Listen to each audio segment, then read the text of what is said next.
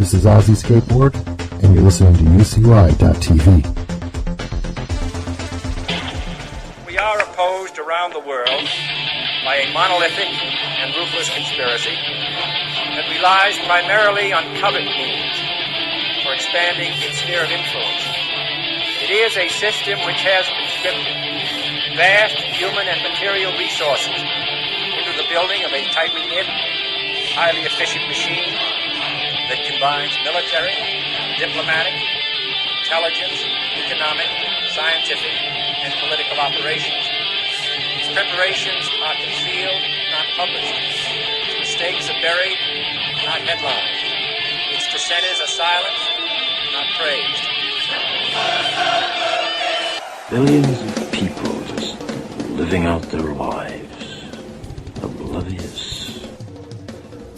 Choice is an illusion created between those with power and those without. I drink your milkshake. I drink it up. Thank you, John Larson. I receive your kind words on behalf of all of our courageous members of the House of Representatives who want the best for the American people. And what we can do that is best for them in the next 24 hours is to pass affordable, accessible health care for all Americans. The best for all Americans is to have 32 million more people to have health insurance in our country. The best for... Piece of stinking filth. Shh, you're sitting at shop. This is AJ of the InfoWars. Listen to the Shaliak. This is Alex Jones of InfoWars. Listen to Shaliak on the Cold Reality News and Report. This is the coolest thing I have ever seen. Well, hello there! Welcome. You're in the Cold Reality Report. Shali's not going to be here today, so you're stuck with me. I'm Clint Richardson, former host of RBN fame, and got with me Patrick Jordan today to titillate your most deep and sensitive held truths. Welcome to the show, Patrick Jordan. Hi, Clint. Did you mean famous or infamous? Well, the answer is always yes. Yes. I'm in pain. Don't do that, man. Too early. So, I thought we'd... by the way, Patrick's books are out in full, and those are at vaccinefraud.com. Heck, with a website like that, probably guess what we're going to be talking about. Titillation? Yeah, the titillation that's caused by such vaccines, absolutely. I wanted to start off today, there's an interesting sort of theme, if you will, that we find within this industry of medicine, so-called medicine, more to the point, pharmacopoeia. Of course, pharmacopoeia, when we look in the Bible and in the etymology of the word, means witchcraft and poisoning. And I want to be very clear that that's exactly the very, very, very clear definition of what pharmacopoeia is witchcraft and poisoning. Now, those two words in and of themselves are also a little different than we are accustomed to at this point in history, the history that we are making. Don't think of witchcraft as what you're shown by the Jews in Hollywood who actually practice witchcraft. Don't think of the witches that you see on on Bewitched and that kind of thing. No, it's a little different. Think the Witcher's Cauldron. Think what the pharmaceutical bins and steel colanders are creating, certainly, but not that old school type of witch. So we really do have to understand that these guys are practicing magic. It's just magic is so different than we thought. And I think Patrick agrees with that assessment. At least I'm pretty sure the concept of dark magic or that sort of thing, it really boils down to words more than anything.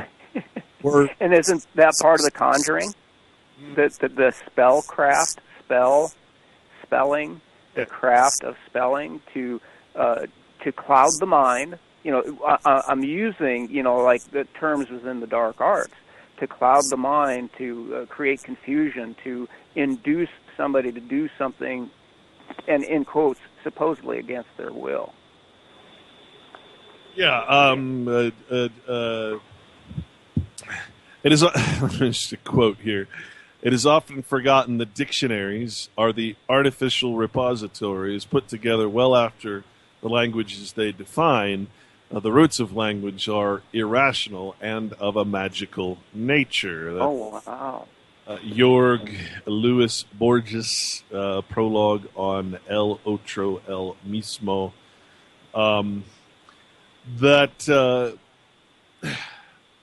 That irrational nature is actually the English language, believe it or not.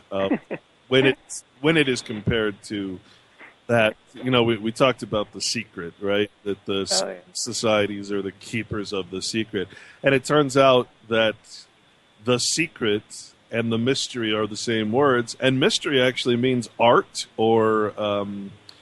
In fact, let me pull it up real quick. It's kind of nice having this big thing in front of me because I can.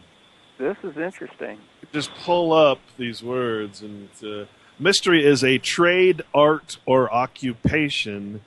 And in Louisiana, in the law of old, the word mystic actually meant a mystic testament as a will under seal. So you're talking about the will that you might leave your children your estate, right? So these words have a very different meaning than we might think. And generally, when we're talking about mystery as an art, a trade, or an occupation, all we really deal with are words, titles, names, that sort of thing, nouns. And so when you think about what a secret society is, it's a trade, it's an art, it's an occupation. Art is another word for technology. Technology is another word for art. Art is another word for artifice or artificial. So this is why what we're really talking about is anything that is not of nature, not what some people might call, quote unquote, a creation of God. I hate to use those terms because I've been so despoiled by the religions out there and those who follow them that they speak their own artful language of religion. But, if you get the notion that just by saying it's a creation of God, it's anything in nature that wasn't created by man, then it suddenly makes sense. So what is a mystery? It's that which is created by man, not natural, and that includes all language. That includes what we're speaking right now to try to communicate in these patented words that they own. And every word we speak, again, is part of their treasury, part of their thesaurus. So, words are so important, and when we start looking at the words that are used in some of these studies that both myself and Patrick pull up on a daily basis from the NCIB, National Institutes of Health, the FDA, etc., the language used is, of course, the terms of art of the medical or pharmaceutical scientific language. And so it's like, every art you have to learn a new language. Especially, Patrick, I'd say, would really understand this. You have to learn these languages not just to know what they're saying, but to know what their intent. Oh, yeah. That's the bottom line there, man. So I'd like to read, Patrick, just to start off the show, a few things from both of our collective sort of captures of all this stuff, just to get us in the mood. Talked about the prion. And I got to tell you, Patrick, I was shocked. I think we've... I don't want to like toot our horn or actually suggest that we have actually made some kind of impact with this, actually talking about this openly, which is just not done. But, a couple of years ago, I talked to you about making a documentary about this because no one else is going to do it. Everything you watch is, well, you ate some beef and therefore you have mad cow disease or disease, prion disease. And I'm like, come on, why is nobody talking about this? It's from the vaccines, right? I mean, it's so obvious that it's from the vaccines. And I say that because they actually tell you that in their own literature.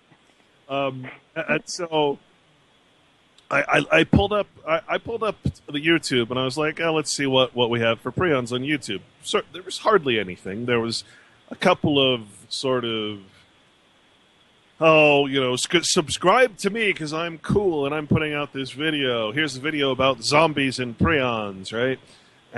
And that was about it. There was a couple videos. There was Susan Lindquist actually did a talk on them, and she was very obscure, had just a few hits. There was just beginning. There's a video game called.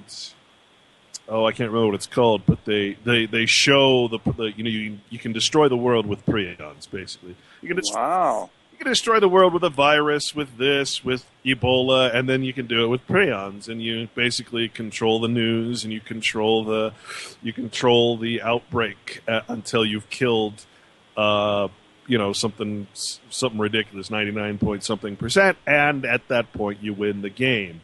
And I'm sorry I can't think of the name of it. Maybe I'll pull it up later and figure it out. But sounds like real life.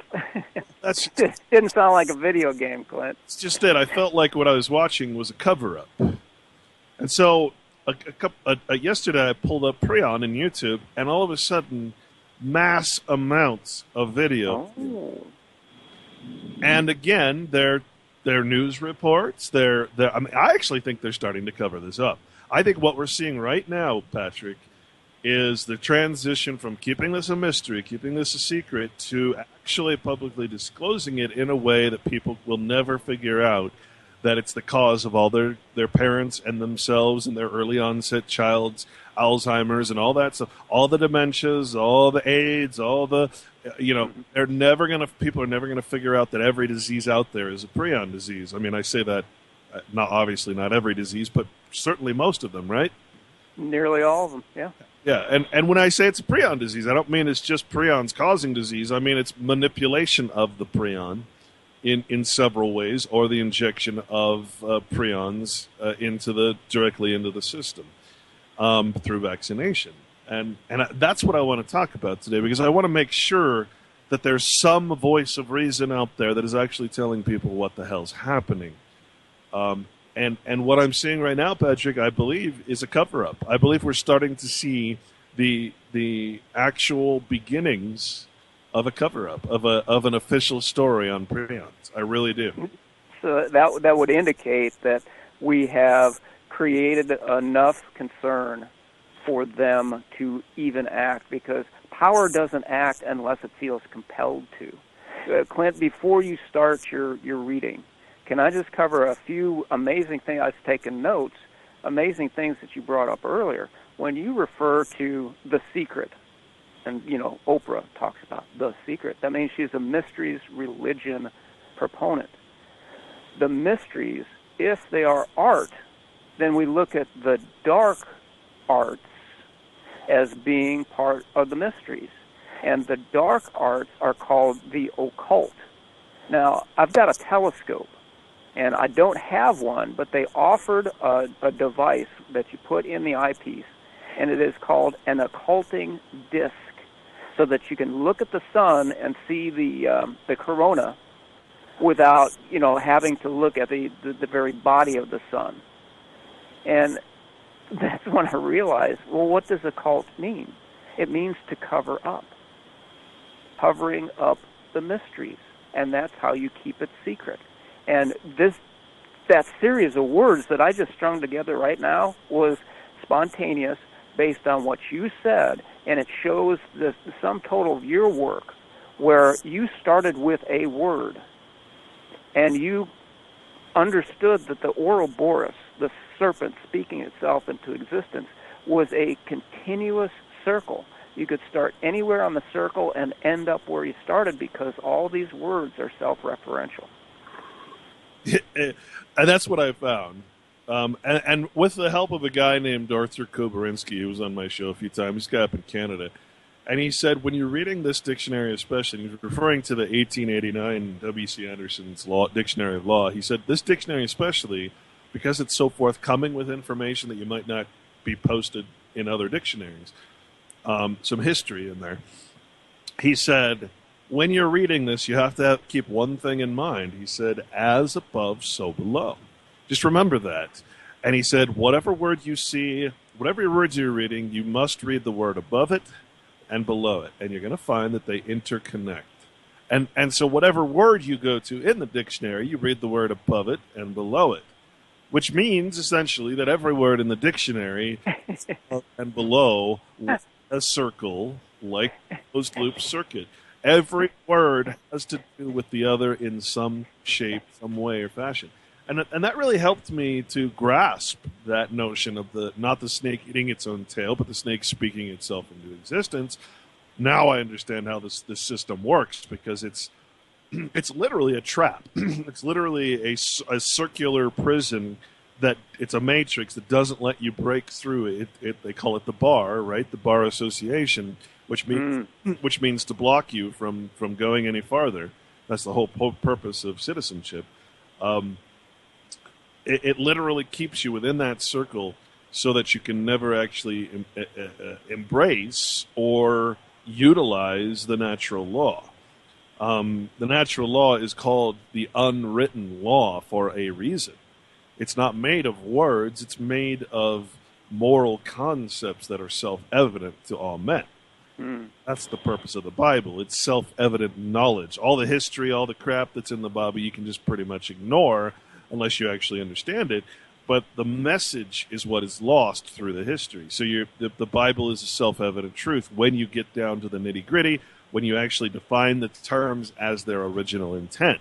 It's a really amazing book I've found, which is what my book is about, comparing that to the legal, or what we call the law of the land. So, in fact, I'll tell you what, if I may indulge myself, Patrick, I'd like to read, because of you and our past discussions, I'd actually like to read out of my chapter in my book about The Secret. Dude, right on. So in 18 excuse me. Coughs are not included. In 1826, Captain W.M. Morgan was apparently disappeared via ritualistic murder for revealing the supposedly great mysteries of the Freemasons. I actually have his book. He was said to be brutally tortured before his life was stolen from him, being supposedly given his due as bound under that deadly oath of keeping the secret. In his published work entitled Illustrations of Masonry, short title, one would expect by this brief introduction that what Mr. Morgan revealed was some great and ancient hidden knowledge or some untold mystery that could never be solved without inside knowledge. And in a strange way, that is exactly what he did. For within his short treatise on Freemasonry, he revealed the ultimate secret. And when I say it's the ultimate secret, I truly mean this is the ultimate secret. Presenting the most cherished mystery of all time. But it wasn't at all what you might think. Just what was this great and powerful secret that only the initiated few are allowed to behold, the elect? Quite simply, he revealed that there was no mystery. There were no ancient secrets that beheld truth. The ultimate mystery was only that this whole secret society was based solely on a ritualized fakery, on the idea of a simulation of secrecy, of a mystery with no source. A simulacrum, which means a copy without an original, if you can wrap your head around that. In other words, the only secret kept by Satanists, or those which are adversarial to the truth, are lies. The secret is that we are controlled by lies, and it is that very mystery of their perceived dark magical power to wield the big lie over us that is so jealously guarded. And so Captain Morgan's most horrific crime was to reveal that Masonry's big secret, one for which that brotherhood would literally kill to protect its mystery, was that modern Freemasonry was and is today nothing but petty organized crime. They're just pirates. And their only power is the power of lies, of the lies they keep. For there's no hiding that which is self-evident truth. Nothing you need to know, in other words, is hidden. And so the veil of secrecy is kept not over the truth, but over the power and origin of the lie. And so many men have tried and failed in their seeking of the true nature of those societies of the secret, simply because they were searching for the wrong thing. Only he who seeks power and glory through organized lies and deceptions may find the truth about these artificial brotherhoods. Anyway, it goes on to talk about the mystery Babylon, the mystery of the Shemitah and the Jubilee cycles and all that shit that we're basically told as being organized crime. And that's all it is. It really is all, when a Mason goes into court, I have this quote somewhere, when a Mason goes into court, he gives a sign, or and the sign is actually with words. He says, help a brother out, or something like that. The judge also being a Mason, the sheriff also being a Freemason, like Sheriff Mack, for instance. They'll, they let white cops always get off for their crimes. They're Freemasons. The highest order of the Freemasons is organized crime. They got to let their brotherhood go when they give the sign that they're a Mason and they're in trouble. Why do you think judges hardly ever put police officers in jail? And when they do, chances are they are not Freemasons. So what is the secret? The secret is the keeping of the lie that is told, confirmed, and ratified as truth. I like that. If you can, it's opposite day. Absolutely, everything is. That's magic, isn't it? Magic. That is the definition, the very definition of the dark art, of the dark mystery. Right? So if you can wrap your head around that, what we're really talking about, I call my nickname for myself is Toto, because I'm pulling the veil away from the fragile old man who controls the Wizard of Oz, controls the lie, the image, and the lying words and the lying voice that the Wizard of Oz is portraying. And the only secret he has is his secrecy, is the secrecy of the fact that everything he does is a lie. That is the Wizard of Oz. That is magic. That is Freemasonry. And not just Freemasonry. Freemasonry is just one sect of a much larger thing. And I get people all the time, Patrick, that say, You're talking about the Vatican. Why? How can you talk about the Vatican without talking about the Jesuits? The Jesuits control the Vatican. And I'm like, have you ever actually looked at the Jesuits? The Jesuits are an order of the Roman Curia. They're part of the frickin' Vatican. Literally, officially, they were formed, started, and exist as part of the Vatican. They are not some secret society. They are not secret in any way. Everybody knows about them. They're quite well known. They're part of the Vatican, so to say that they control the Vatican is like saying the Federal Reserve controls the frickin' federal government. You stole my Federal Reserve. I was going to throw that in there. You know what it's like? It's like saying, my liver rules my body. No, it doesn't. My spleen does. Oh, man, I envy you because my stomach lately rules mine.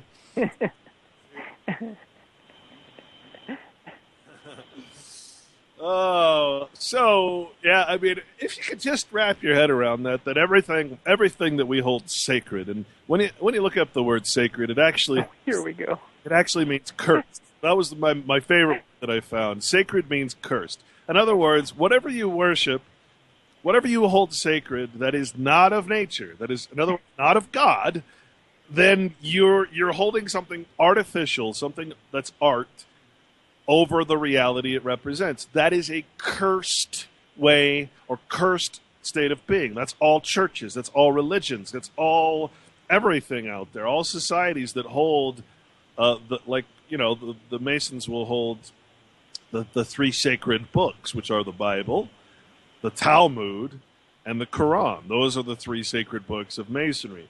But they don't actually hold the book itself. Or the words, the message of the Bible. They hold the book as a token, which makes the book cursed. Did you ever see, Patrick, did you ever see the Book of Eli, the movie? No, I've heard of it. Well, the interesting thing about the Book of Eli is that it's a battle to find basically everything's destroyed, and it's a battle to find the last Bible in existence. Oh. They know it's out there, and I won't give away the whole story, but they know the Bible's out there, and so you've got this evil villain who knows the power of that he who wields the Bible and uses it incorrectly can hold, referring, of course, to the religions, the popes, and everything else. If you wield the Bible as a weapon, it can be a powerful weapon of untruth, because you're using it in that way. You're not going to the actual message. The guy who's carrying the Bible is on his way out to give it to someone in the only place. I think it was. Again, I won't tell you the plot of the story, but it's the only place where someone is actually trying to reestablish a library of knowledge. So he's carrying the Bible out to the good guys, basically, who want to rebuild society according to the original message. Right? Really good movie. A little violent, but it's really good. And so the bad guy is willing to kill and torture and murder for this book, because nice analogy. Wow. If he wields the Bible, he will have ultimate control over all people, just as rulers have for so long, because they keep the secret of the Bible. They keep the mystery to themselves in the priest class and don't let the people, they won't even let the people read, for God's sake. So it's a post-apocalyptic thing. I just thought that was a perfect example of the dualistic nature of the Bible. And so the one guy is the spiritual or correct way of using the Bible, which is very humble and that kind of thing. Then the other guy is the guy that's seeking it for power. He's holding it sacred because he wants to use it for its cursed purpose. And so there's always that dualistic nature of all things. So the word sacred actually does mean cursed. So when you're talking about things like sacred geometry, for instance, you're holding the number value, just like in money, you're holding the value of money of something over its actual priceless nature, its priceless possibilities. You're holding the space that sacred geometry can predict over the actual space, which is why we see these horrible cities and horrible dumps and horrible oil refineries and all these ugly things out there, because we're holding that design, that sacred geometry, and that sacred the arts of masons, the building with hands, over the nature it's covering up, over the possibilities of the thing that is so sacred, it becomes cursed. And that really, again, that's one of those things that really helped me get over the edge of understanding and comprehension of why the Bible is such a cursed book. Because people wield it for their own power instead of wielding it for the power of all others and the wealth of all others, despite themselves. If that could just change, everything would change. If I was always intent on making you rich and everyone out there in the priceless beauty of everything out there, and everybody had the same idea instead of always being in competition and trying to gain wealth for themselves, always ensuring that everyone else had something when you didn't, then imagine that. Imagine how life would actually be if that was the case. But everything is, as you say, opposite day. Everything is cursed. The money is cursed because we use it for personal gain. Everything is cursed because we're always trying to hoard and build our own estates instead of that of others. This is a main tenet of the Bible.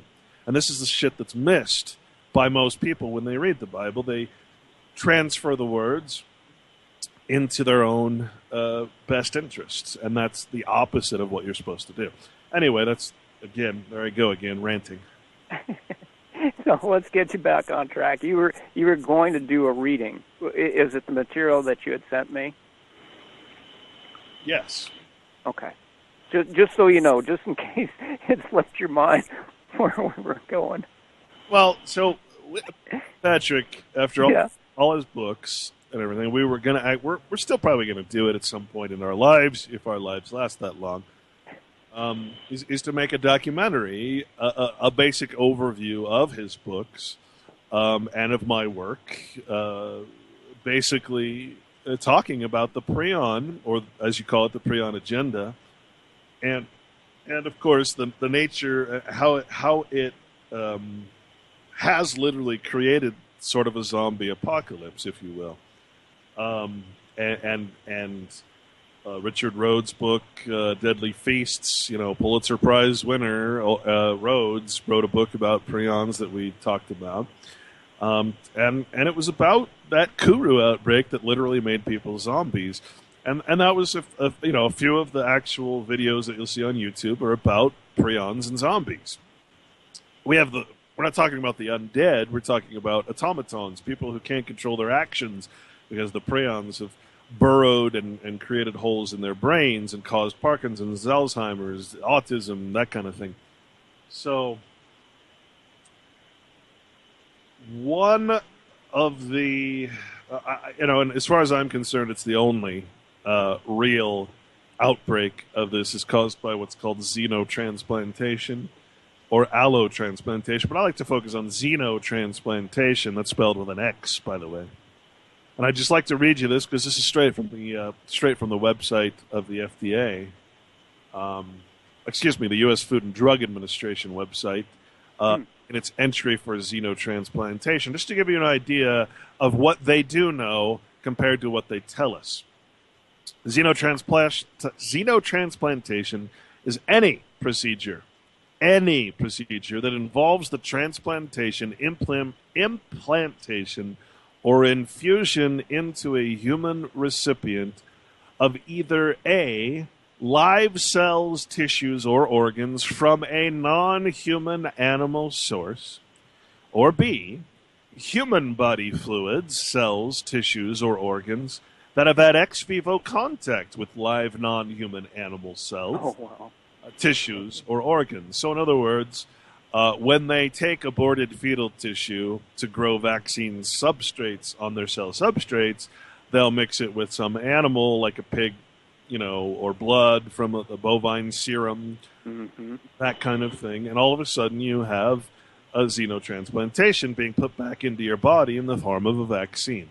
Literally, proteins and prions specifically are being shot into your body. That's what they're talking about here, but they're also talking about the transplantation of hearts, pig veins, and animal parts into the body, which, again, is the spread of prions. And this is, again, why it's talked so badly all throughout history, this notion of mixing animal and human, or even human and human parts and blood. The blood is supposed to be sacred. When you curse the blood by adding something to it, you're holding that sacred, which is not. You're cursing your body. Although the potential benefits are considerable, the use of xenotransplantation raises concerns regarding the potential infection of recipients with both recognized and unrecognized infectious agents and the possible subsequent transmission of their close contacts into the general human population. Of public health concern is the potential for cross-species infection by retroviruses, which may be latent and lead to disease years after infection. Moreover, new infectious agents may not be readily identifiable with current techniques. Now, I'm going to have you speak on that for a while. But first of all, what is a retrovirus? What is a latent disease, or what they call a slow virus? Okay, we had a family lawyer, and you'd ask him any question, and he says, "Okay, let's just back up a few steps here." He would say that to anything.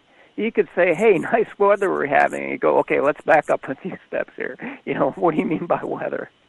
But the first part of this quote that you gave, just on the opening of xenotransplantation, Clint, that language was so precise, and their choice of phrases within their terms of art was so clear that when somebody like you or me reads it, you know that these people have the most complete control over not just the language, but the concepts that they're conveying.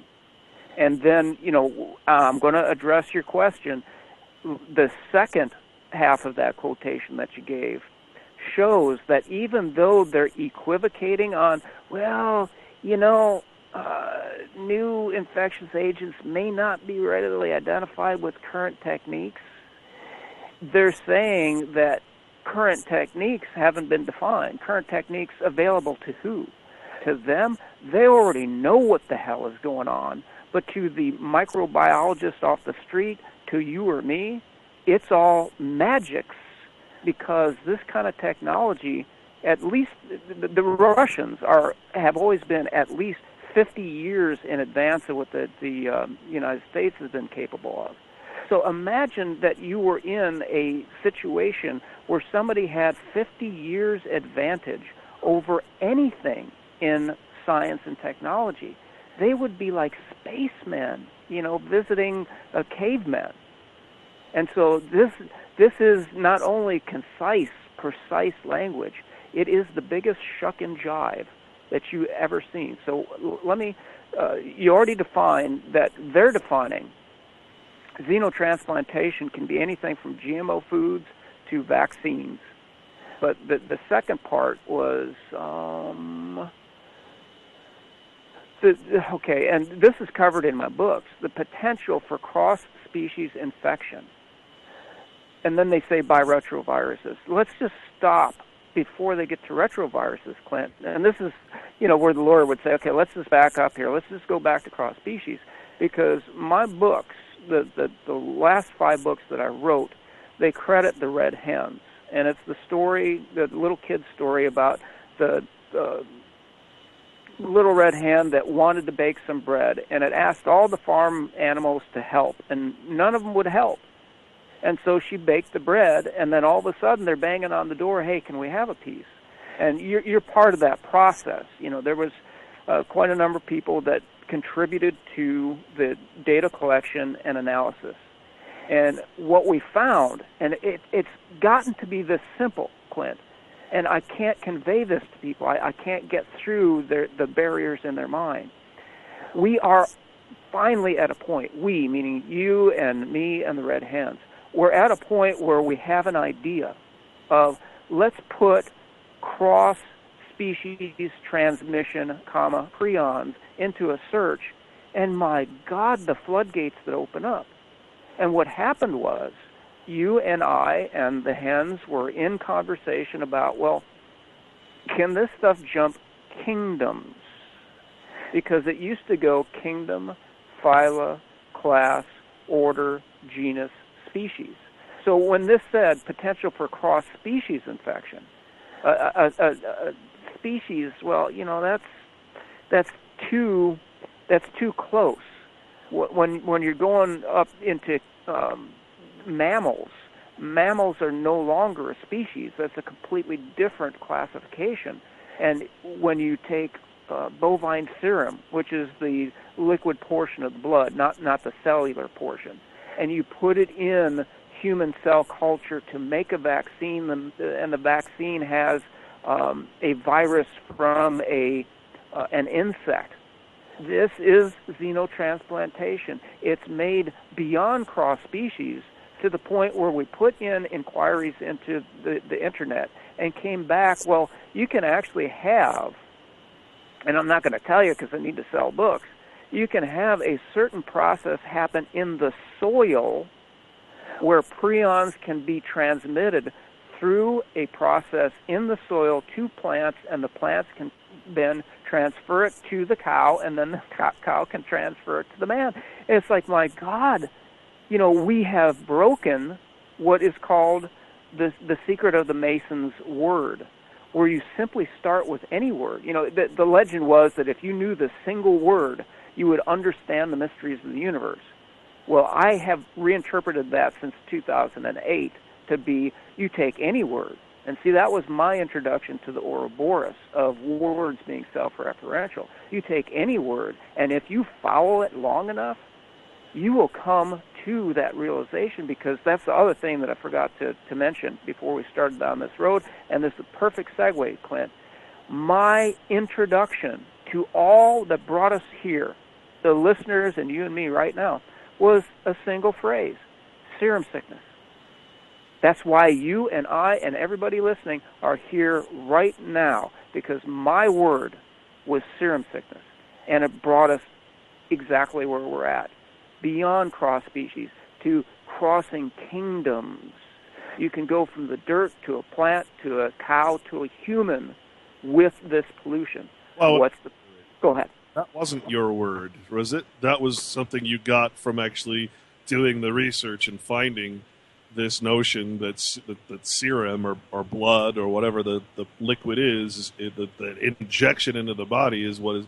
So, I mean, you're really, what you're saying is that you found the key word and you turned it into a monster. And, it wasn't my word. All this nonsense is given to us. It came out of the Merck Medical Manual 16th edition. And it's like, look at, you go to their sacred, their cursed books. Merck Manual, that's a devil's book. You go to their cursed books, you find their language, and their words will damn them. Because I have publicly come out for the past 8 years that I am the anti-AI, anti-artificial intelligence. I am against all that is against what we erroneously call life. And therefore, I use their books, their information, as you do. We go to the CDC, we go to the NIH, we get their information and their language, and we use it as a weapon against them. Well, and what you're doing right now is exactly what I've been doing with both the code, the U.S. code, the legal law, Roman law, and the Bible, is to read the words and go in and actually define each concept or each word so that you understand what's actually being said. Because these things aren't written for us to comprehend. We don't know this language. This language is written in a way that, as you said, is meant to sort of give you an idea of what's going on, but never to actually give you any knowledge. To occult, yes. To cover up. That's what it means, to cover up. So you can see the aura, the corona of the sun, but you never see the sun in its totality. There's too many trees. I can't see them. Where's that chainsaw? So, yeah, okay, so again, you got a retrovirus. It says the potential for cross-species infection by retroviruses would be latent and lead to disease years after infection. That's what we're talking about with prion disease. That's why years after the vaccine is introduced into the body is when you might, even decades, is when those prions actually get woken up somehow. We're not really sure what naturally, if anything natural, actually wakes them up. We do know that ultrasound wakes them up and makes them start devouring healthy prion cells, but we're not sure, I don't think, unless you've got some wisdom on that, what causes them to lie dormant at so long and then suddenly wake up and start devouring the brain and cause all these dementia-like diseases. Okay, so let's show this single sentence implicates them in the knowledge and understanding of the entire process, and they were just codifying it in a way that is ambiguous and leads to speculation and gives the impression that they are somehow not complicit with and have plausible deniability for the sequela, what follows of what they just described, because they know for a fact that bovine serum, we're just going to take the fluid portion of the cow's blood. Bovine serum is used as a nutrient source in cell culture of vaccines. Boom, that damns them. They're damned. What do you find in bovine serum? Among other things, you can have, and I'm going to have to look this up on the fly. Let's see. mammals are not a species delineation. It's farther up the chain, I'm pretty sure. So, we're beyond cross species. A cow and a man, not species. I'm going to look that up to confirm it. We're jumping these boundaries by huge chasms that they know that they're transferring things from one living creature to another that should never be there. And what a retrovirus is go ahead. Cannot happen in nature, is what you're saying. There's no possible way for this infection that they're talking about, this latent disease, these retroviruses, to get in your body, even by eating. I don't think it's possible at this point, except that they've caused leaky gut. It's not possible for you to get this type of disease unless it's injected, it's forced into you. There's no possible way in nature this can happen, and that's the whole point behind magic, is to cause that which is unnatural to become and seem natural. That's why the entirety of the United States is as patriotic and delicious. I can't across the board make a categorical statement that it couldn't happen.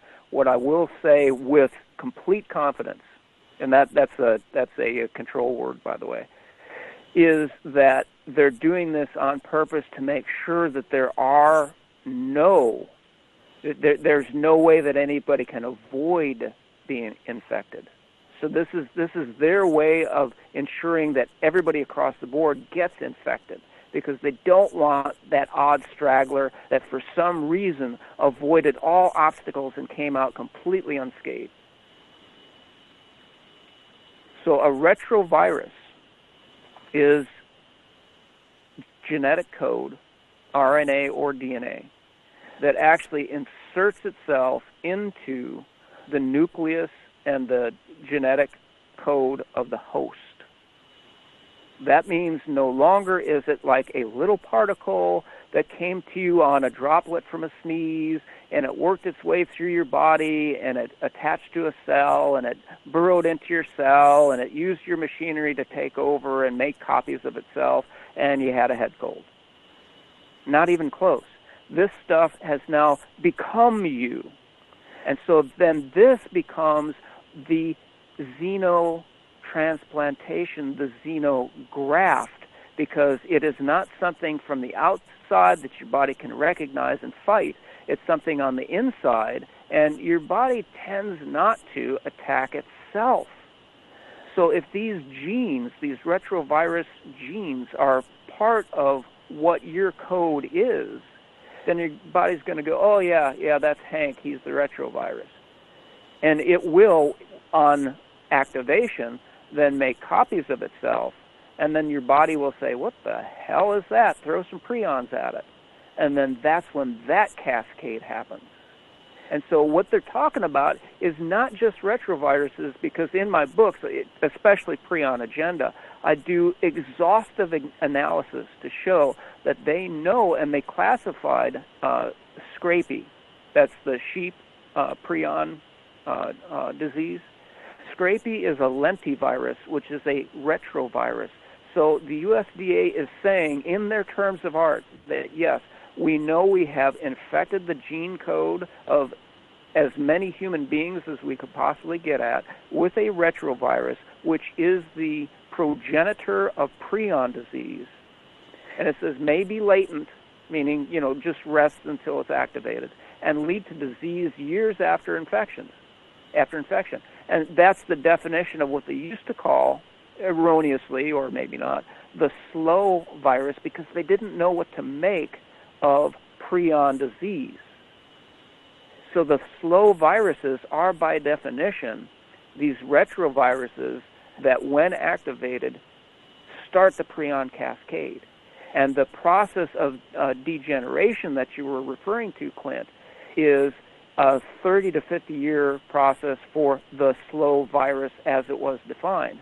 But in our work, our collective work, what we found was there's two other genes One gene will allow the prions to progress slowly. Another gene, if that's activated, man, you're dead within a couple months. So the slow virus model is basically saying, you know what? And this is why I worked my ass off to get these books done, because I can feel my brain slowly going. I'm nowhere where I used to be before I passed the half-century mark, which is, by the way, it's a telomere, chromosome cap-driven process of when you pass 50 years, I think they engineered it into us, our bodies start to break down. It's a countdown timer to death. You have that movie where people had like a timer on their arm or something. We're living it, man. And so I worked my ass off to get these books done, because if I had the slow version, what that means, Clint, is not that, oh, yeah, by the time we're 70, our brains will start to be etched. I'm saying that this process is so slow that it's making Swiss cheese in our heads right now. Yeah. Thus, the latent or years later comment, again, you got to read between the lines on all this, everything the government says. Mm-hmm. Let me read you a couple other quotes. I got this quote and stupid me, for some reason I didn't source it, but I know it was official source because I put it in here. Vaccines. This is speaking. I believe it's FDA. By it. It's talking about the different forms of what's called xenotransplantation, but it's specifically talking about the different ways in which this can happen.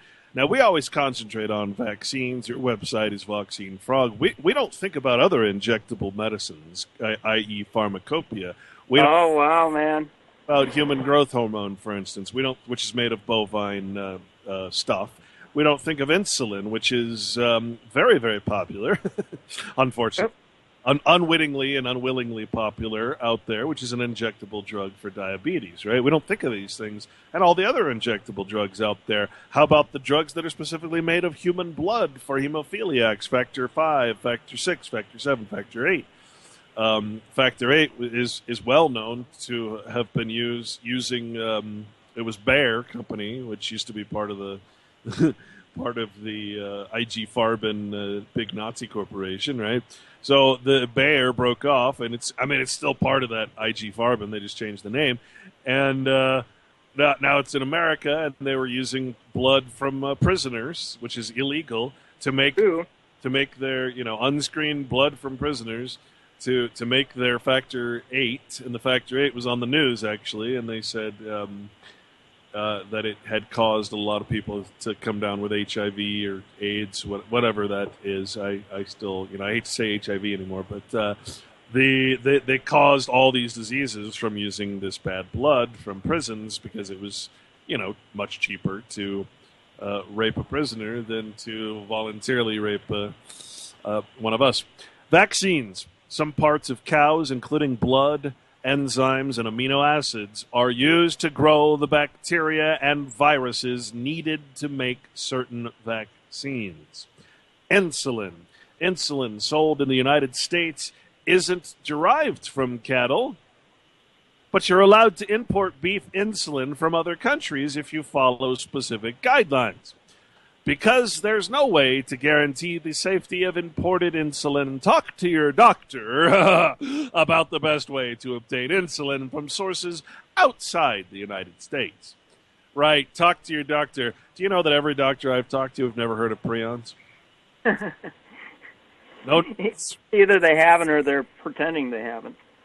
No, these are friends. They look at me. They get that cognitive dissonance look in their eyes that I'm crazy.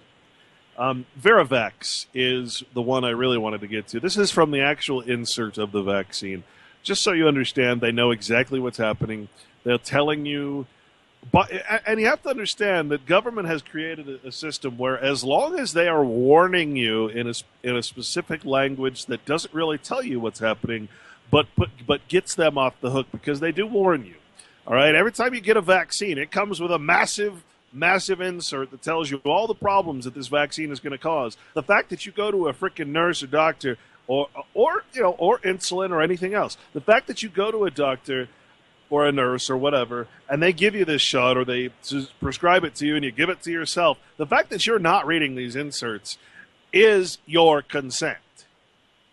Okay? That insert comes for a reason. It is to warn you that what they're giving you is probably going to kill you later on. It's going to give you a prion, a latent, a dormant disease state of infectious prions that will infect your healthy prions, cause spongiform encephalopathy in your brain, which makes your brain Swiss cheese or like a sponge because of these prions. Okay, they're warning you, and because they're warning you, guess what? Government says, well, we told you so. You're off the hook, vaccine manufacturer. That's the truth, folks. That's how it works. I outlined that in my first documentary. Varivax, varicella virus vaccine, the live virus from Oka and, of course, Merck Pharmaceutical.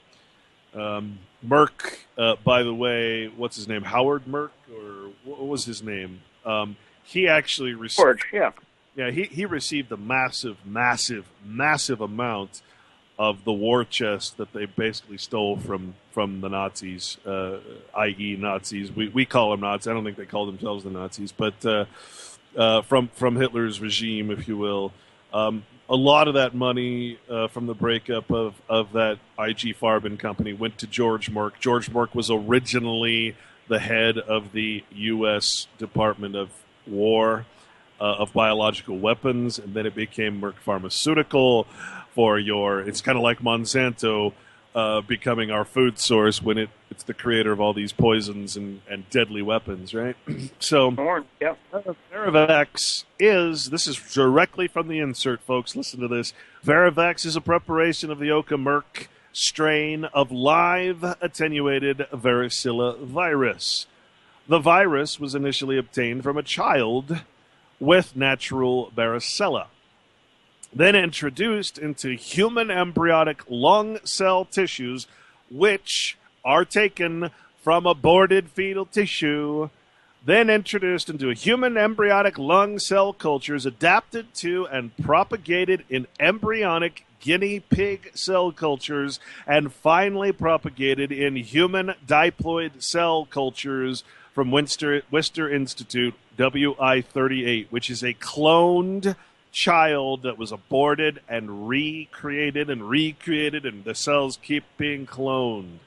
Okay, so you've now mixed human embryonic lung cells with embryonic cells from a guinea pig, and then back into the diploid cells of aborted fetal tissue. Okay, further passage of the virus for varicella vaccine was performed by Merck Research Laboratories. That should make you feel better. In human diploid cell cultures, MRC5. They have a bunch of these that they keep cloning and reproducing. Again, aborted fetal tissue. That alone should stop people from taking a vaccine, but okay, I don't know what to tell you. We have no moral compass anymore, so, why not? Put it in you. Each 0.5 milliliter dose of vaccine contains the following. And, of course, it has a massive list of shit that you shouldn't put in your body, but specifically, the one thing that it says is this. This is what we're talking about. This is the spread of modern disease right here in this one sentence. Each dose of vaccine contains the following: residual components of MRC-5 cells, including DNA and protein. That is what's making us all sick, folks. That is what's getting into our body as a infected, quote-unquote, protein or prion. It's going in there. It's trying to reprogram our body into what it is, which in this case, we have a different species of human, and we have a different, phylum? No, what do we have when we're talking about crossing? Yeah, I just looked it up. It's class. So kingdom, phyla, class. It's 3 down from the top. It's that broad. Right. We're within the mammals. It's that broad. So we now have, in this one vaccine, we have 2 forms of human DNA and blood and protein, and we have a guinea pig cell culture all mixed together, and they warn us here that the residual components of those cells that were all grown together, including DNA and protein, cannot be filtered. There's no way to filter out microscopic shit out of your vaccine. Sorry to tell you. And they're telling you this. They're giving you the warning. They don't do this because they're being nice. They're not doing this because they have some moral conscience that they want to warn you. They're warning you. They're putting this as a disclaimer so that when you take this vaccine, you know, whether you read this or not, you are informed, folks. You have been fucking informed. That's the whole point. The whole point is to inform you. If you don't read the law and you still act in the person of the law, you still take the vaccine, you still open a banking account, you still do all these things, you use the signature of your person that belongs to government, you are consenting to everything that binds under law that signature. You're consenting to the entirety of the U.S. Code.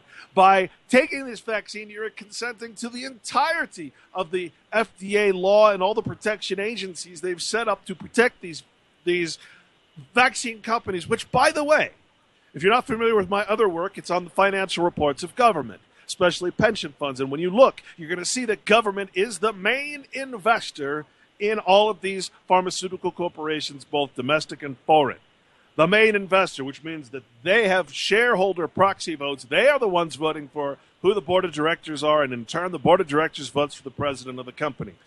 This is a total control structure. This is, for all intents and purposes, fascism. It is where government controls all corporations. That was my first delve into the true conspiracy that is government. Okay, so this is not just... So government creates all these laws to protect corporations. And so people have the fallacious notion that governments own the government. You cannot own government. Government is not something that is owned. It's public.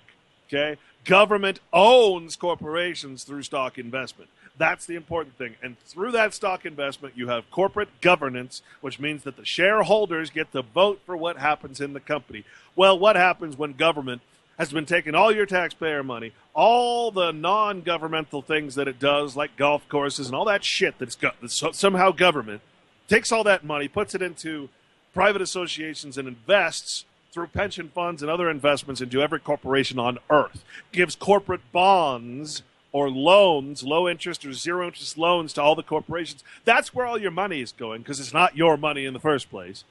Okay, you're a user of money, but you're not an owner. Whatever you have in your bank account can be taken tomorrow. Whatever gold you think you're holding can be taken tomorrow. It's not yours because you are a person of the United States. You're a freaking slave, voluntarily so. So the whole system is set up to protect these vaccine companies and these banks and everything else that government owns through stock investment. You've got to understand that this statement, this warning, this disclosure is specifically designed to allow Merck and Oka to say, well, we know about it, yeah, but we put the warning in there. We're off the hook. We're off the freaking hook because government allows us to do this. That's the loophole. That's the point of government, is to allow the worst possible things to happen in these corporations that they own and control and govern through corporate governance. You see, it's one giant conspiracy. There are no other conspiracies. There's only one. It's called government. And if you don't get that, you're never gonna ever be successful, trust me, in proving that there is a conspiracy in government, because government is the conspiracy. You'd have to shut down the entire thing, because the whole thing is a conspiracy. There's never going to be any freaking conspiracy. There's never going to be a judge that rules against government unless they want it to happen. It's just not going to happen. So what you're going to have to... The only way around this is to get out of it. I'm going to say that over and over. You got to get out of her. You got to leave her. You got to stop being silent. You got to stop using its property. You got to stop using its money. You got to stop using its property. That's the only way you're going to get out of it. That's the only way that something like this can be foisted upon you, is if you accept the person is getting vaccinated, not you. Your person is required to be vaccinated. They only care about the person. What happens to you doesn't matter. All you are is capital, human capital. You're a commodity, nothing else. When you're attached to this person, all they care about is the person because they know that you're surety for that person. You're in a performance contract, a performance debt. Whatever they tell the person to do, you're going to do because you're insured. You're the one that's insuring it. When they say, hey, that person needs to go to jail, what are they going to look for? They're going to look for the agent, the attorney that is operating in that person. That's you. That's your body. That's why they put you to labor in, it's why products in the United States are now made in the USA. They're prison labor products. All right? We're in such a dire situation, purely built on ignorance, but more importantly, it's built on this secret, this notion of the lie being protected by disclosure and being protected by U.S. law. The liars are protected. The truth tellers are disposed of. Welcome. Clint, are you there? Clint, it's 10 o'clock. I think it's time for you to take your blood pressure medication. Did you hear what you did, though? Because, I was listening to you. I take notes, and I'm going like, wait a minute, wait, just wait a minute. We started off, like after the first quarter of the show, we started off with your topic of prions. Of course, prions got us into vaccines. Vaccines got you into government and informed consent, and government cannot be mentioned without the money component. And what that did, this is the continuum. This is the Ouroboros. You can start anywhere on the circle. I started with serum sickness, and I discovered the complete and total corruption of government. You could have started with the complete and total corruption of government and ended up with serum sickness. You're just going around in a circle, and it's all there. All you need is that entry point. Well, yeah, but see, here's the kicker. We think that the government became corrupt. Oh, it raided. No, folks, it was born in conspiracy. That's the problem. There's no fixing something. Now, what they offer, and this is the brilliant part to me, what they offer is remedy. Now, remedy means you're still a slave to it, but it's paying you off for your troubles. Yeah. So money means nothing. They can print as much money as they want. If you get $1 billion from government, it's just going to print more money, and it's going to charge all of us for your happiness and wealth. Congratulations, you asshole. You didn't do anything. You got paid up. This is why all the conspiracies go away, because people get paid off from government. They secretly or publicly pay people off for their troubles. No one ever does anything about it. They get money, and they happily ever after with their frickin' ailments or their lack of feet or whatever it is. Ooh. Of husband, their lack of wife, their lack of children. As long as you get frickin' money, everything's okay, right? That's remedy. That's not a solution. That's not an end of contract. That is a remedy. And money buys even the most honest and good man. Money is the ultimate destroyer of everything. And this is the perfect example. Clint, this is extemporaneous because I don't know that we've ever talked about this before. I don't want to put you on the spot, but how do you feel about the Code of Hammurabi?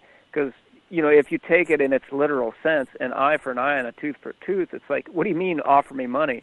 You killed my child. I don't want your life. So, in my research, I always bring a different aspect to it, and we have discussed this before. The notion of death always has to be looked at from both angles. Now, usually, from reading the Code of Hammurabi and all of the different gods that have been kings and magistrates and whatever, you'd think that everybody in their kingdom would be dead.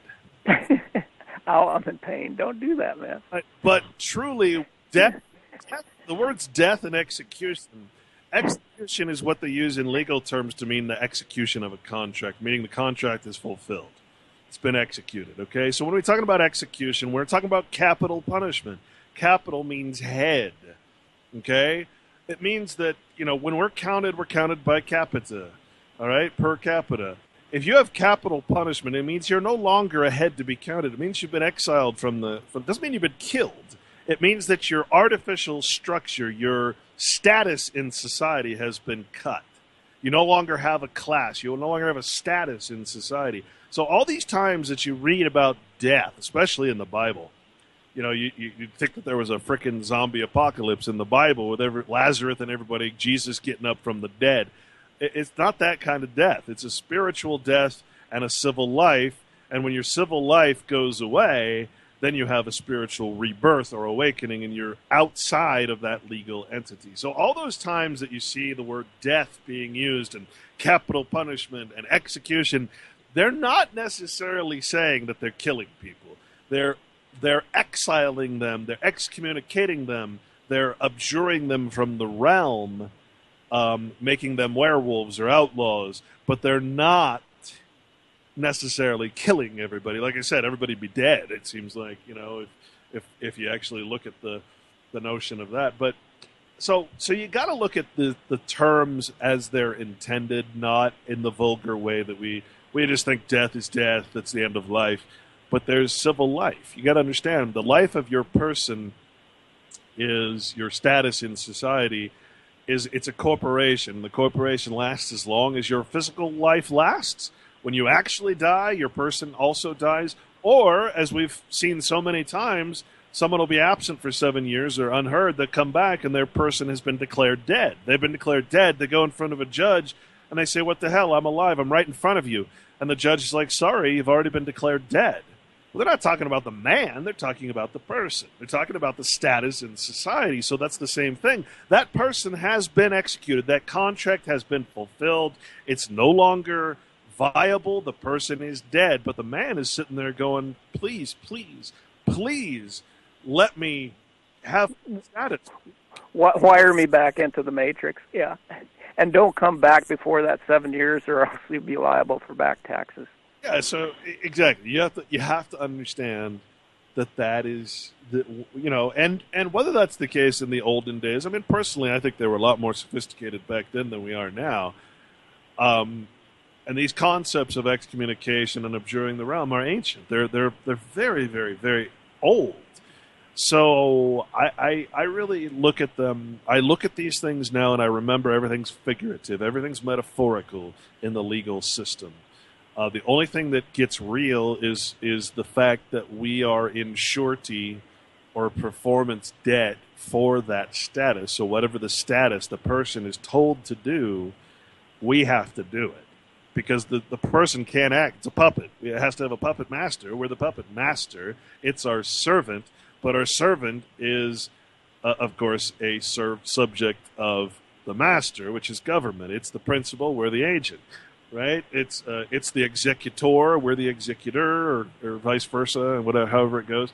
So, we have to know our place. We have to understand that. We have to understand how these disclosures affect us. And again, the second we sign anything, the second we act in the person of, if I act in the person of Clint Richardson, if I show my license, if I sign something, if I use my Social Security, I am literally saying I accept the entirety of law, even the biological weapons code that says they can kill me at any time for research purposes. So, in order to kill the beast, come out of her, O my people. Mystery Babylon. We have to exit the harlot. Will that kill her? Because isn't this entire system based on tacit consent? Well, what happens if you unplug all people from the Matrix? What possible good can the Matrix be? This simulated reality that only works if real people are inhabiting the persons, the fake images, the self-projected images in the Matrix. What can possibly the Matrix do if there are no people? What can the military do if all soldiers, quote unquote, the flattering title of soldier general, what if they all quit at the same time? What if they all just exited their false artificial persons called soldiers and captains and all these flattering titles? Do you think that those persons would somehow get up and fire guns at you? There's no the void. There's no, anything artificial must have something real to operate it. That's the whole purpose of these artificial statuses. So, yeah, it would die, and that's the point. You're never going to defeat it with guns. You're never going to defeat it with violence. You're never going to defeat it. You're going to defeat it with forgiveness. You're going to say, okay, we've all been participants in this. We've all done wrong. We're all guilty. We've all consented to this. We've all been silent. It's time to leave her. We must leave her and let her die herself. That's not treason, okay? That is not a violent something that they could put you in jail for. That is the essence of the common law. The Bible is the common law. You got to understand that. If you don't understand that, it's never going to be fixed.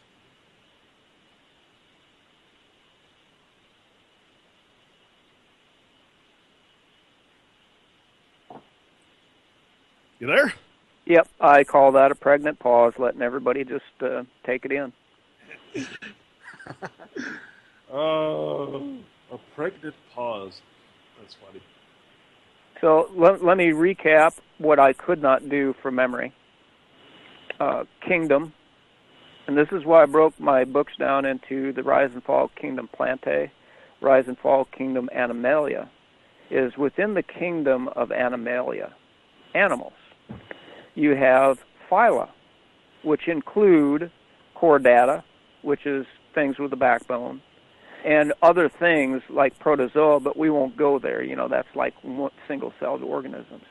If we go to class, then among the many things in the different classes would be things like mammals, which we're part of, birds, reptiles, amphibians, and we'll just skip the other things because mammals was what we had referred to earlier, Clint. So we're 3 divisions down where the mixing of not species, I'm referring back to that USDA like black magic's expose.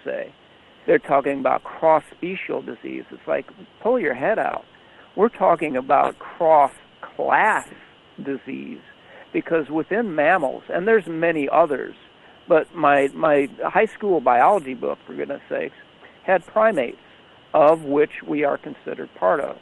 Carnivores, which you could lump cats and tigers and dogs.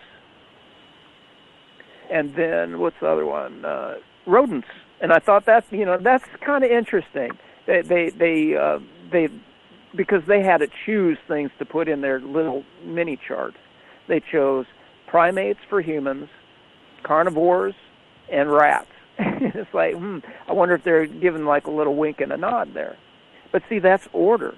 So kingdom, phyla, class, order, before we get to the breakdown of the different kind of mammal. And now let's look at this from a biological point of view.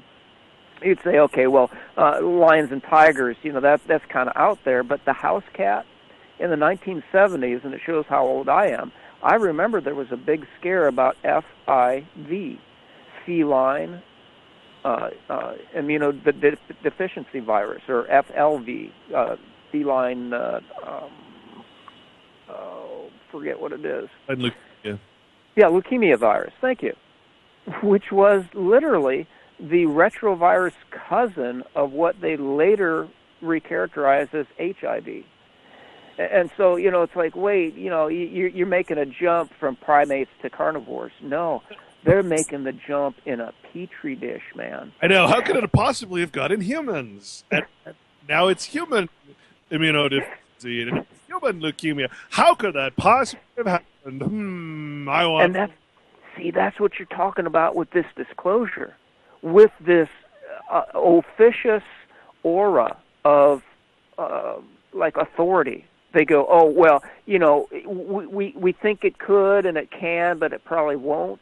That's a pat on the head to a little kid, and this is basic human psychology to reassure. Oh, Clint, don't worry about it. That would probably never happen.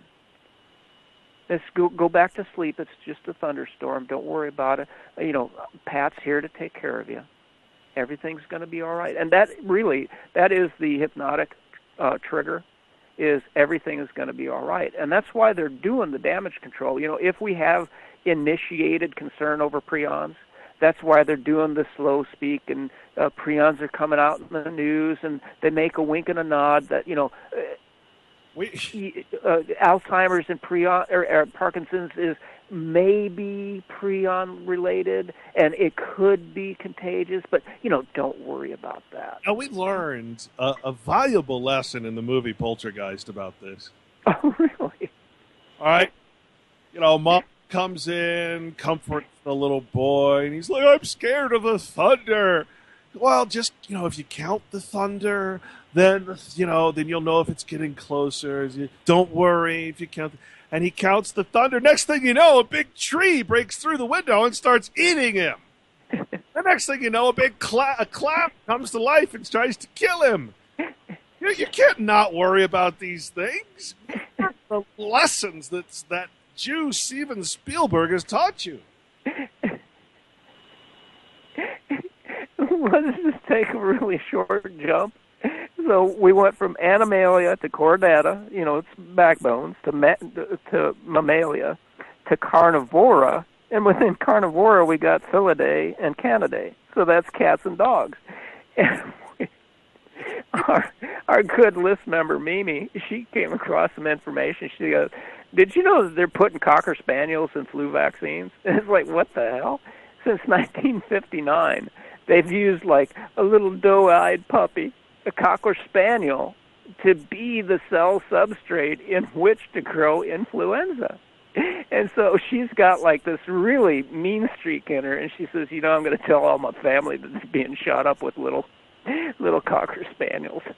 Well, obviously, you know, you tell them it's aborted fetus. They're not bothered. Maybe the puppy thing, you know. But, you know, we talked about like people coming to your door and they're like, "We're your children. We're CPS. We're government. We're authorized to take your children." And people are like, "Oh, okay, just don't hurt me, okay." But when someone comes and like even threatens to like harm or take your cat or your dog, like go get the shotgun, you're like, "You mess with my dog, my cat, I'm gonna kill you." "Oh, my children, that's okay. Take my children, I understand. But my dog, no way, man. You hurt my dog." "Oh, you harmed my child. Oh, I understand. You hurt my cat. Oh my God, I'm going to kill you." Right? It's like the bizarre part of our culture that we value the pet more than our child. I got to say that. I can't focus, man. So we went from family, Felidae and Canidae, to genus, which breaks it down into Felis and Canis. So we haven't even gotten to species, because Felis and Canis is just cats and dogs. And cats can be like house cats or tigers or lions. That's how broad that is. But then when you get to species, and this is why I'm like deconstructing the USDA thing, because the USDA knows what they're talking about, man. And even though they're giving you like 90% truth, the garden hose up your ass and turn it on full bore, because Felis Leo is the lion. Felis domesticus is the house cat. Felis tigris is the tiger. Now, Felis was the genus. And all the USDA was saying is, yeah, you might get a little bit of retrovirus action between, like, lions and tigers and cats, oh my. And Pat Jordan is going, "No, wait just a fucking minute. You know, I've been doing this for 8 years straight, and I'm going to take you from species to genus to family to order to class and say you're going across mammals, but you're also going across all the way back to kingdom, because protozoa is in there. And are you going to tell me that you're going to scrape something out of a monkey's butt, put it into a petri dish, and you're not going to get a protozoa in there that you can't filter out?" So this is lions and tigers and bears, oh my.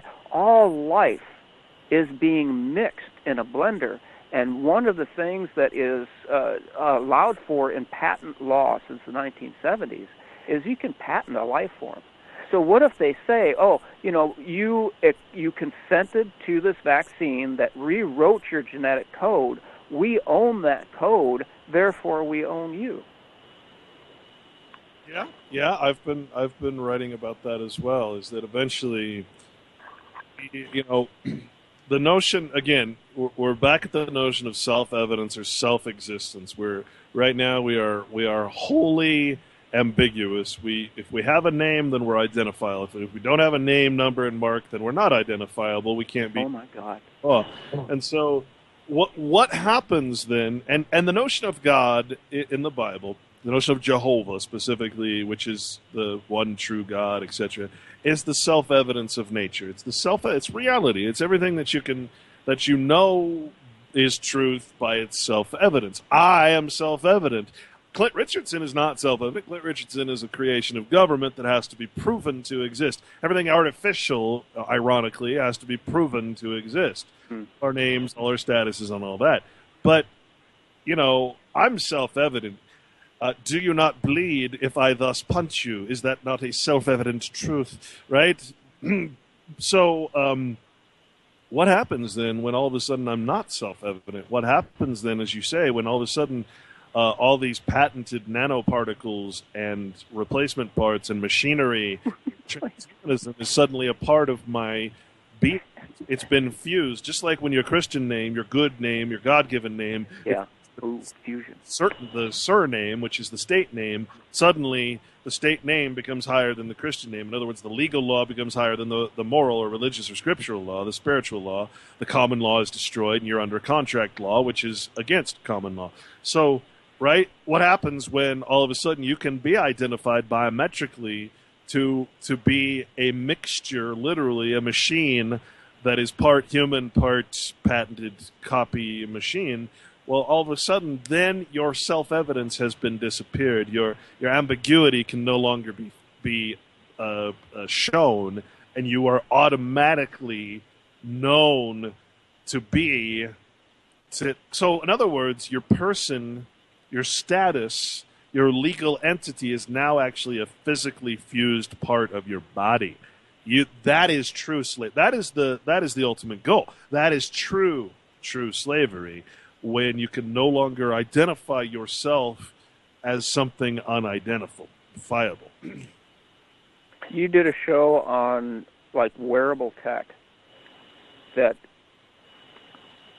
added to that the concept of the individual living being inseparable from a manufactured part that was then claimed as equipment by the maker. Let me read the beginning of that. You see, we haven't even gotten past the USDA xenotransplantation, Clint, and you did it again. Xenotransplantation is any procedure that involves the transplantation, implantation, or infusion. Infuse, to fuse in. And that's what you said. We then become a fusion of all of these horrific pollutions. They infused it. They fused it in us. It is then, and this is where I got the shock, because my last 5 books are all about this new concept that I introduced, that, okay, an old Jordan maxim has always been, if you didn't make it, you have no idea what is in it. So you're given a vial of flu vaccine, and they say, we want to shoot this into you. Well, what is it? Flu vaccine. And you read the label, all you see is a clear fluid. You have no idea what's in that. And even though it might say little Cocker Spaniel puppies with really sad-looking eyes, well, that may or may not be in there, even though it's on the label. You didn't make it. You don't know what's in it. But what they know, because they have lot and serial numbers that are able to be tracked electronically with barcodes, they know exactly what lot and serial number went into what human being, and that then was I wrote it down, the name, number, and mark. Lot and serial number of vaccine then becomes a trackable system of what they infused into us, which then makes us their property. Lovely. A perfect example is something like polysorbate. Love me some of that. Polysorbate E alternative names polyoxyethylene sorbitan monocleate or oleate, or tween 80. Now, tween 80 was one of the early ingredients in vaccines back in the polio days. Mm-hmm. Tween 80 has a massive list of actual ingredients, which is fascinating. It's in my documentary as one of the things I was showing. I don't remember if I actually talked about it, but description: an emulsifier, thickener, and humectant created by adding an oleic acid molecule to sorbitol. It is a thick liquid that is commonly used in non-dairy creamers and whipped cream to prevent separate and allow whiteners to dissolve. Along with polysorbate 60, it is known to be commonly contaminated with a 1,4 diosane, which is known to cause cancer in animals, often derived from petroleum. Found in ice cream, sherbet, mayonnaise, and salad dressing. Polysorbates are generally regarded as safe, but their common contamination with toxic chemicals that can cause cancer bring down their safety. That's from the U.S. Food and Drug Association, the ones who approved it for an additive in food and vaccines, of course. So, you look at this shit and you're like, what the heck? How could they call that food? How is that food? Well, it's not food for the human body. It's food for the AI. It's food for technology. It's food for vaccine ingredients. You got to understand, they're feeding us shit because we have shit in our body that needs the shit that they feed us in these vaccines and medicines and foods. They're not feeding us. They're feeding the artificial intelligence, the living, non-living organisms that they're putting into our bodies. I don't think people get that. I can't pull it to memory right now. And, I got to apologize. I just got done with a 3,000-page tome. There is a connection between polysorbate and Morgellons. And so when you talk about the AI, see, in my mind, and this is another concept that I introduce in my latest books, is that of continuum. In my mind, just like our conversation, you can't go from Morgellons, oh, that's a separate topic, to transhumanism, oh, that's a separate topic, to autism, oh, that's a separate topic, to prions, oh, that's a separate topic. My God, they're connected, completely connected, in the background with knowledge and malice of forethought, because when we read the USDA xenotransplantation thing, they had all the terms of art there that showed they know completely and explicitly what is going on, but then they make the beg-off that moreover, new infectious agents may not be readily identifiable with current technologies. May not, and current technologies. This is because I took a course in logic and critical thinking. These are called weasel words, where you can wiggle out of a statement made by not stating something categorically and definitively. But everything else that they put in there shows they know exactly what the hell is going on. But at the time when they need to prove that they disclosed it, they can say, well, here's our definitive statement. Mm-hmm. Right. Now,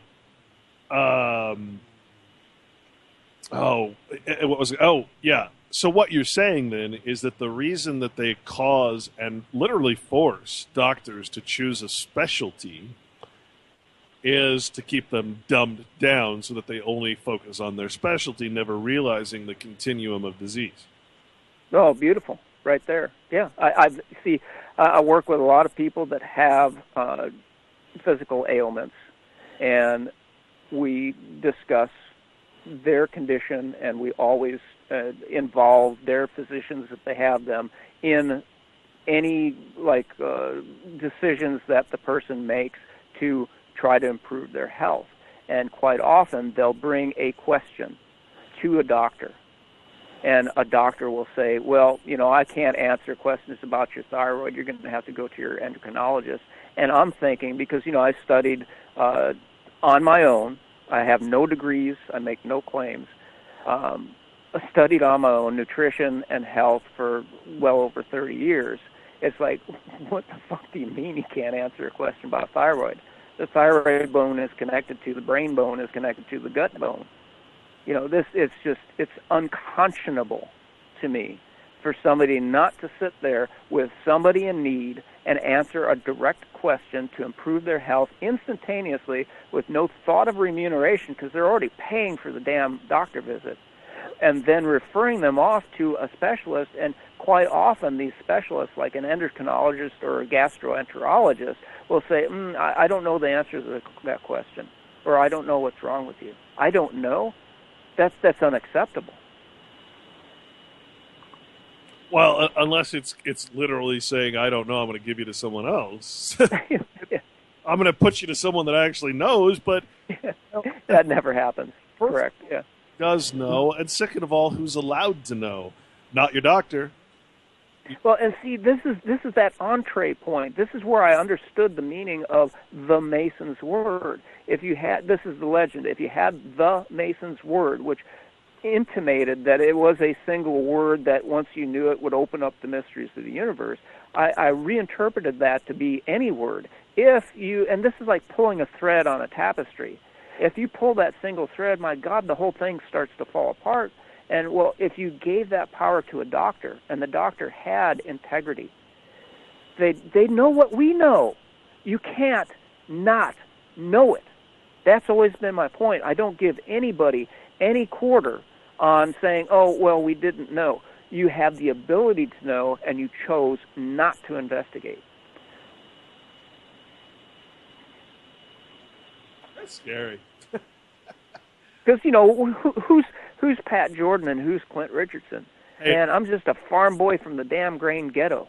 I'm a blackjack dealer, air counter worker, sound editor. Yeah, how do I know this? Right? Yeah, actually, yeah. He goes, I got your farm boy, and I'll raise you a blackjack dealer. Right. I got to step away from the mic for a minute, so I'm going to read a quote and just have you talk amongst yourselves. Okay.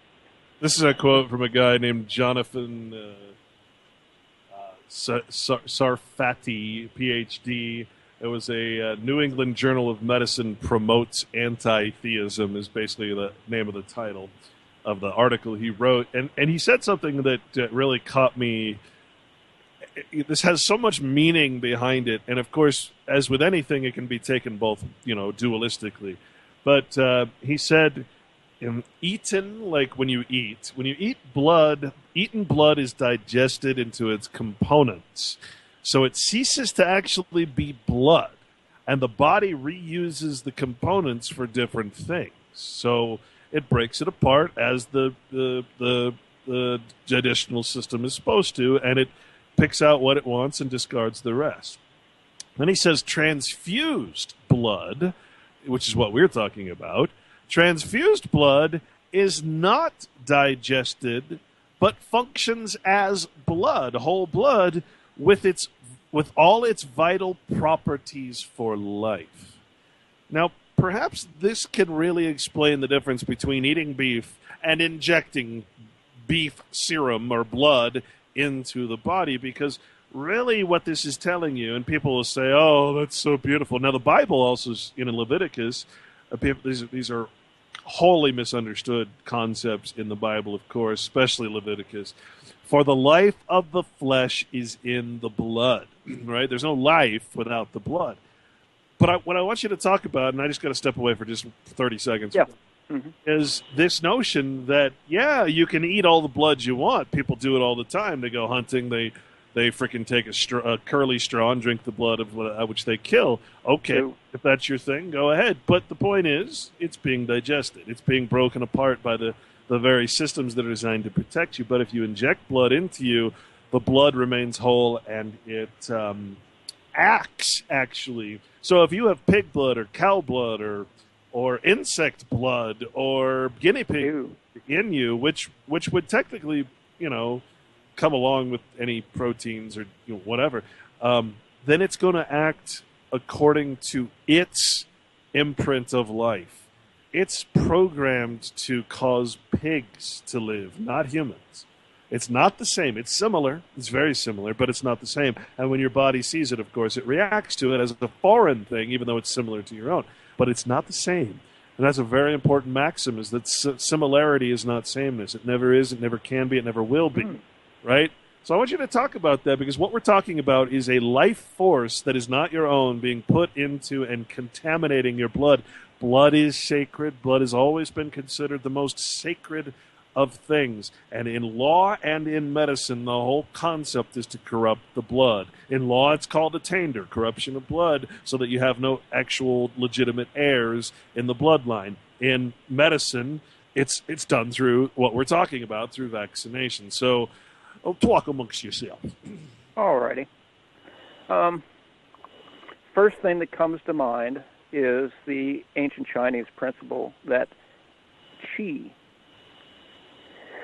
has many manifestations. The ancient Chinese ideogram, see, the stuff that Mao introduced in whenever he was in power, were codified under the communist government, and he only allowed, like, let's say for the sake of argument, 6 million symbols that he approved, and they were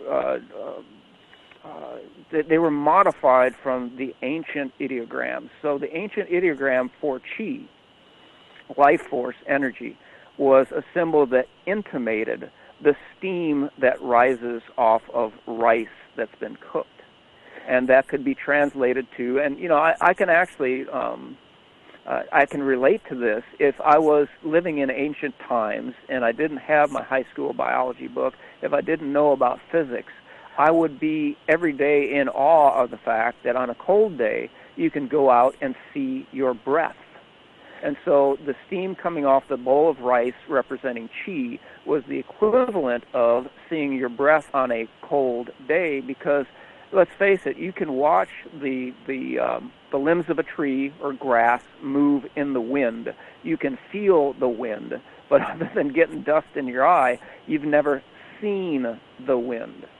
So back in the days of codifying life, just trying to make heads or tails of it, the ancient Chinese hammered on these almost mystical, mythical concepts and symbols for what they were trying to interpret without a physics textbook written by the CIA. So blood, then, within the Chinese martial arts system is a carrier of qi. And we can actually explain that today with science, because blood is what? Well, guess what, folks? It's many things. So we have to do a Clint Richardson and do the, okay, let's take a step back here. What is blood? Well, blood is the serum fluid component with red blood cells that are non-nucleated, which means they don't have DNA in them. They do carry the hemoglobin that carries the oxygen. And then there are white blood cells. And in my first book, ICD-999, I came across what I feel is a revelation, that we are our immune systems, because our immune systems are made up of white blood cells that not only carry DNA, they carry our genetic code, but they are memory cells. Just like the brain has cells that can form memories, white blood cells have memory of who we are, because we present antigens on our cell surface that say, it's me, it's me, it's me, and anything that enters our body, and that was the gist of Clint's quote here, anything that enters our body that is foreign to the body, the white blood cells go, yo, homie, what's going on? What you doing in my neighborhood? And then they take care of business. And so the entire scope of what vaccination is all about is to erase that self-memory, that self-recognition, and supplant it and change it and make it into something completely different, so that we are what? Here's a really scary word to put in your lexicon: tolerant. So you are now tolerant of things that are injected into you, when your body should have mounted gang warfare against anything that dared to enter your neighborhood. And so I personally feel that, this kind of tolerance is us being like I've got an echo, so I'm sorry, it's hard to concentrate. We're being compromised and changed into something completely different. Well, inside each one of us is World War III. Thank you. Or the World War is happening within our bodies. It's a silent war with silent weapons, right? Quiet weapons. Very nice. Hey, Clint, I got echo. Is there anything you can do at your end? Test for echo. Check. It's gone now. Oh. Good. Oh, that was me. Honest. I did that. I'll take credit. I did. I heard on the news, and that was a very, very, very. I knew you could pull that one off because I couldn't. And that's the notion of the prion, right? It's going, and it's like I'm a pig prion, you're a human. I'm Scoopy, I'm a sheep prion, you're a human prion.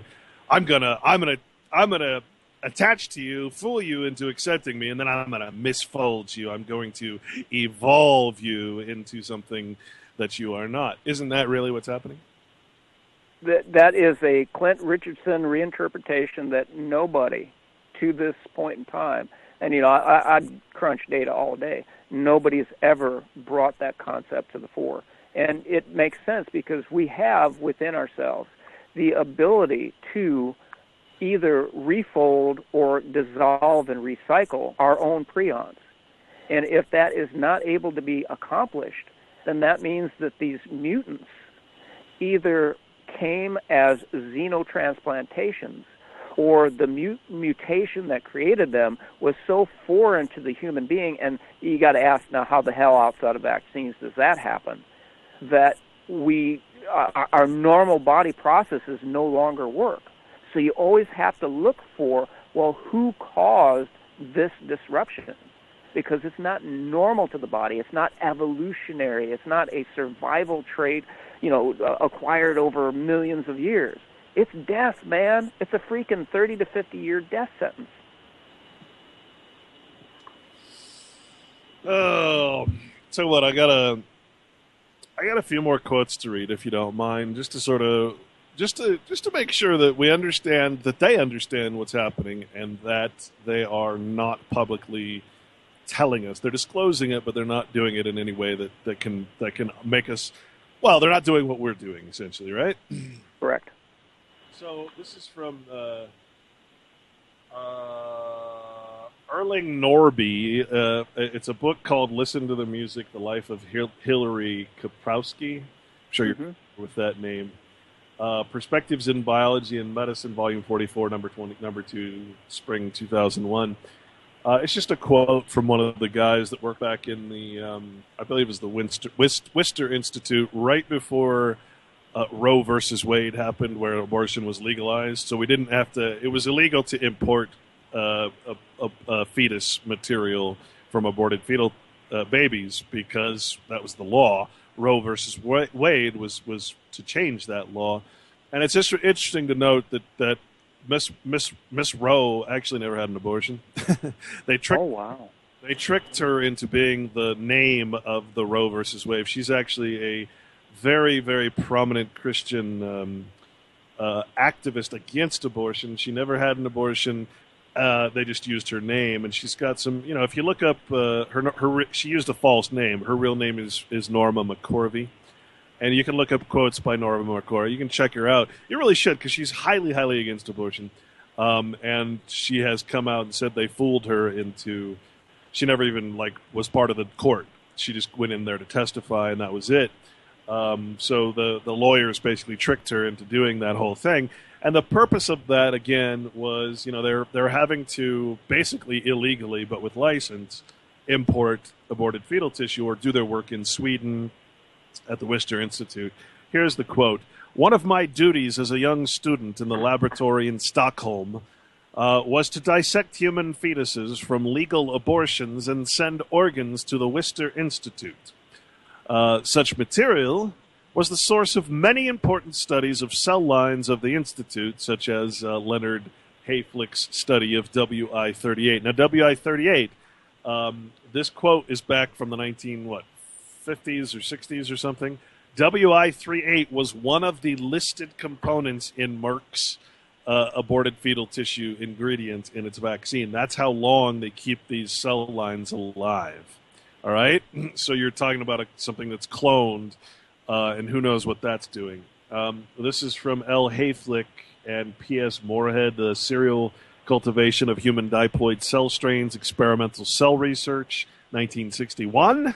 Tells you how old it is and what a big business this actually is, this business of aborted fetal tissue. You know, forget the moral argument or the pro-choice, pro-life, which I find it interesting that the pro-choice movement always says that the pro-life movement is anti-choice, but no one ever says that the pro-choice movement is anti-life. The isolation of characterization of human diploid cell strains from the fetal tissue make this type of cell available as a substrate for the production of live virus vaccines. Other than the economic advantages, well, what does that mean? Well, we're just throwing babies in the trash, so we really don't have to even pay for them. We can just pick them out. Wow. Aside from those economic advantages of millions of aborted fetal tissues that are just thrown away, such strains, in contrast to the heteropoloid cell lines, exhibit those characteristics usually reserved for normal or primary cells, and therefore make the consideration of their use in the production of human virus vaccines a distinct possibility. Now, that was back in 1961. It tells you how long these evil bastards have been doing this. American Journal of Diseases for Children, Virus Production and Biological Control of Live Attenuated Rubella Virus Vaccines, Volume 118, et cetera, et cetera. Explant cultures were made of the dissected organs of a particular fetus aborted because of rubella, the 27th in our series of fetuses aborted, the 27th aborted fetus. This fetus was from a 25-year-old mother exposed to rubella 8 days after her last menstrual period. 16 days later, she developed rubella. The fetus was surgically aborted 17 days after material illness and dissected immediately. Explants from several organs were cultured, and successful cell growth was achieved from lung, skin, and kidney tissues. It was then grown on WI38, the one we just read about. The new vaccine was tested on orphans in Philadelphia. Let me say that again. The new vaccine was tested on orphans in Philadelphia. Orphans in Philadelphia. That's really no different than testing it on prisoners in jail, right? One more for you. I'm so disgusted, so fucking disgusted by this. This is from the FDA. FDA article from the FDA website that I copied over. It's entitled "Designer Cells as Substrates for the Manufacture of Viral Vaccines." Now, when we say designer cells, again, that is not something natural, folks. So when they're growing these things, they're altering them into basically, let's make a monkey cow or a human a cow mix, right? They're creating life. They're creating life. They're reprogramming it, their own needs. Residual potential risks of DNA in vaccines. Right from the FDA website, potential risks of DNA in vaccines. Residual DNA in vaccines derived from tumorigenic cells. Oh, I got an idea. Let's grow vaccines on cancer cells. Never mind that you can't actually get the cancer cells out of the vaccine, and you'll shoot them right into the victim who will get cancer. What a bunch of assholes. Residual DNA in vaccines derived from tumorigenic cells, including those transformed by AD5, can pose potential risks to the vaccine recipient in two respects: oncogenicity and infectivity. In other words, it will cause cancer or it will infect them in another way, which is what we've been talking about this whole show. Each of these biological properties must be considered and evaluated for each cell substrate. The cancer gene of the cell substrate DNA has been considered to be due to several mechanisms. First, the residual DNA could have dominant activated oncogenes that could exert their effect following expression in recipient cells. Okay, what does that mean? It means the cancer cells they're shooting into us through vaccination or any other method, like we said, insulin, human growth hormone, whatever, could be stronger and more, and their programming can take over the programming of our own healthy cells and cause cancer, just like the infectious prion reprograms the healthy prion and turns it into a pig. In the case of 85 transformed cells, the dominant oncogenes would include the da-da-da.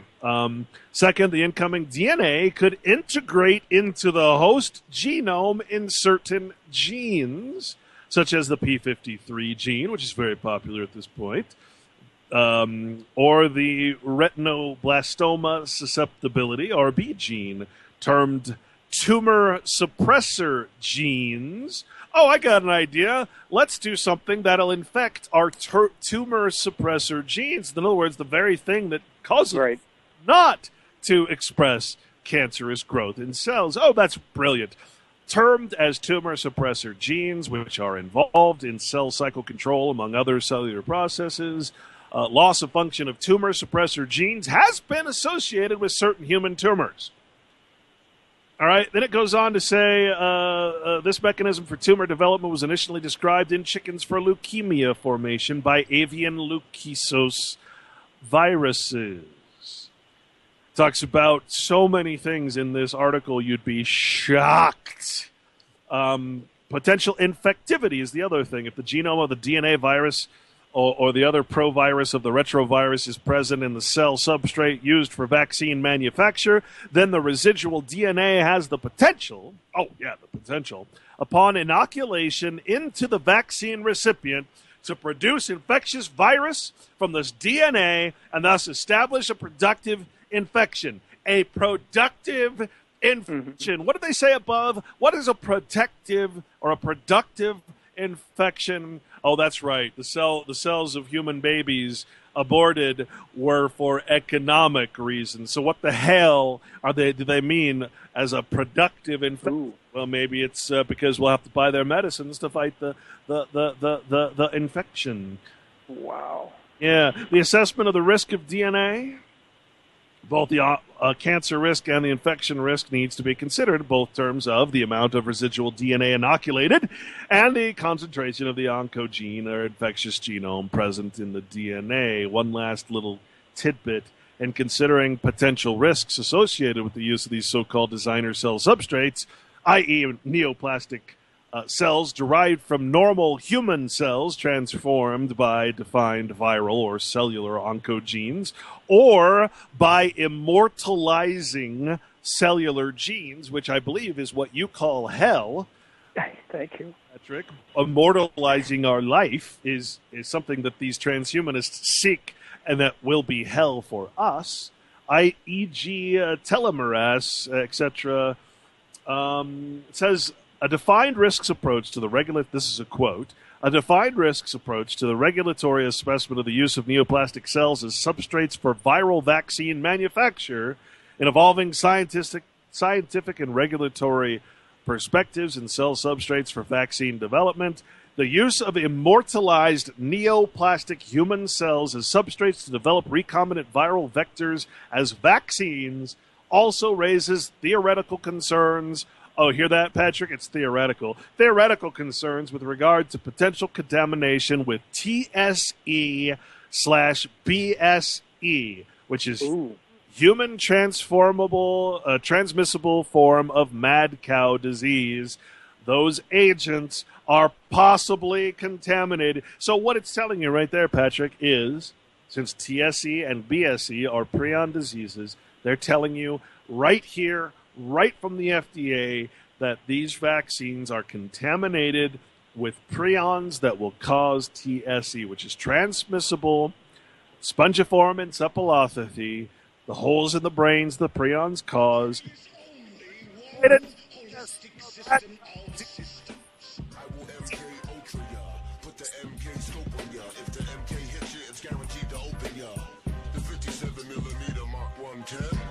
20 rounds a minute, try to stop them. Don't put that on your wish list, that's retarded babble. Protesters make the hit list soon as they start to rabble. They are nothing but fishes in the barrel. It doesn't have to be Christmas for a carol. Some decorate with ornamental decorum, some perform shock and awe on how to go.